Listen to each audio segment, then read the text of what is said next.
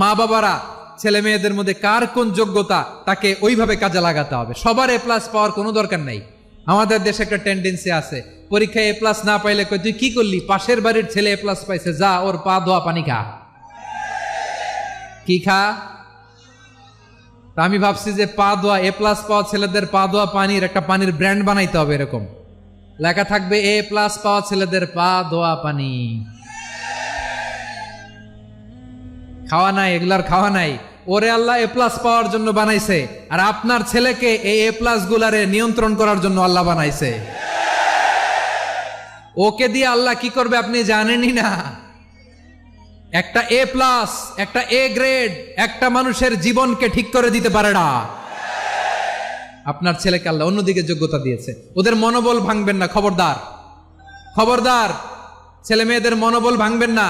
যাকে দিয়ে যেটা হবে তাকে দিয়ে সেটা করতে হবে, তার প্রতিভাকে সেভাবে কাজে লাগাতে হবে। তাহলে বাংলাদেশ আমাদের এই জনসংখ্যা জনসম্পদে রূপান্তরিত হবে।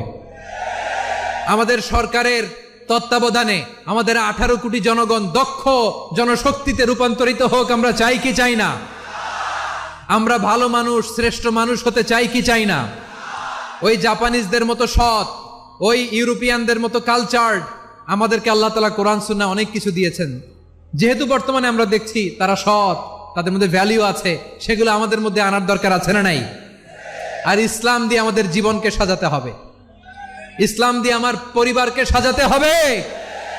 ইসলাম থেকে, কোরআন থেকে প্রেসক্রিপশন না নিলে জীবন সুন্দর হবে না। কোরআন থেকে প্রেসক্রিপশন না নিলে সমাজ সুন্দর হবে না। কোরআনের প্রেসক্রিপশন না মানলে রাষ্ট্র সুন্দর হবে না।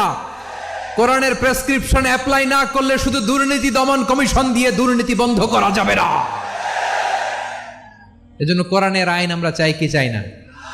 প্রিয় ভাইয়েরা, হিউম্যান রিসোর্স ডেভেলপমেন্ট, মানব সম্পদের উন্নয়ন, আমাদের সরকার যেন এদিকে নজর দেয়। আমরা যেন এই ব্যাপারে যত্নবান হয়ে উঠি। যাকে আল্লাহ যে যোগ্যতা দিয়েছে, এই যোগ্যতা দিয়ে আমরা যেন ইসলামের জন্য, দেশের জন্য কাজ করি। আমরা যেন আমাদের স্কিল ডেভেলপ করি, আমাদের পটেনশিয়ালকে ডেভেলপ করি।